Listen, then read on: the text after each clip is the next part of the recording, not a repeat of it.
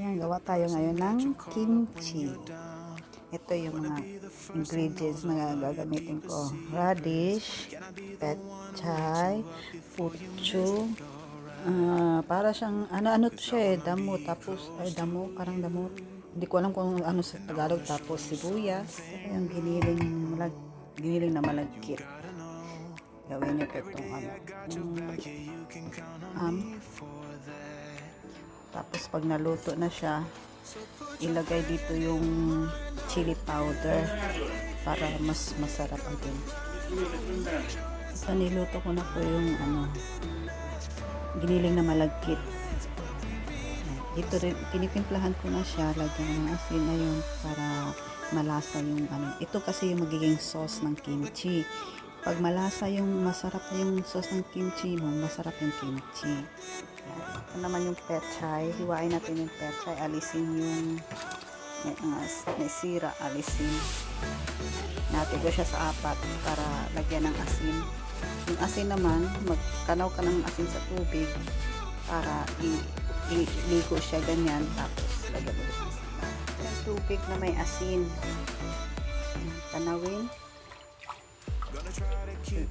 Tapos ilagay yung pechay, parang paliguan para yung sa talaga loob maano talaga siya ng asin. Tapos lagyan ulit siya ng asin. Slicing yung radish na ganito piece. Radish yan, ganito yun siya.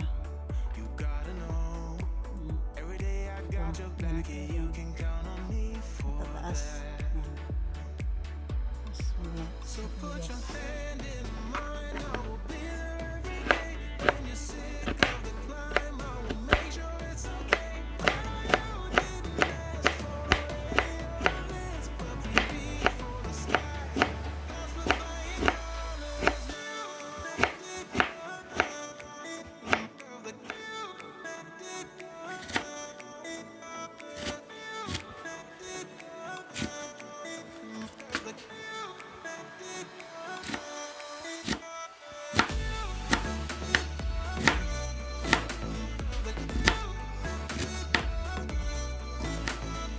Lagyan ng asin yung radish.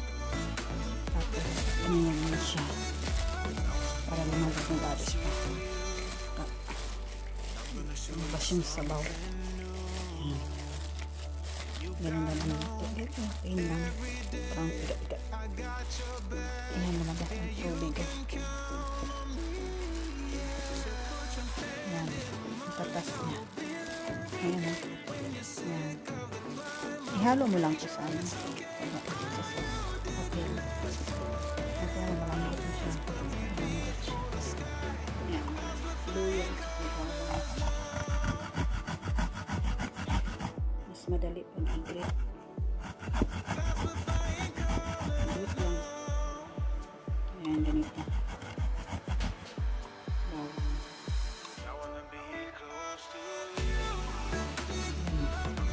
Mix na yung mga gulay, sibuyas, pucho, yung carrots,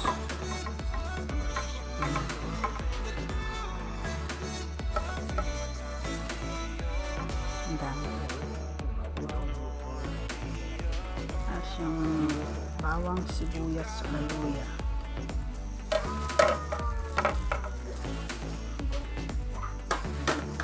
Tapos paghaluin, nahalo na to, ilagay na yung chili powder sauce, yung nilagay natin dun sa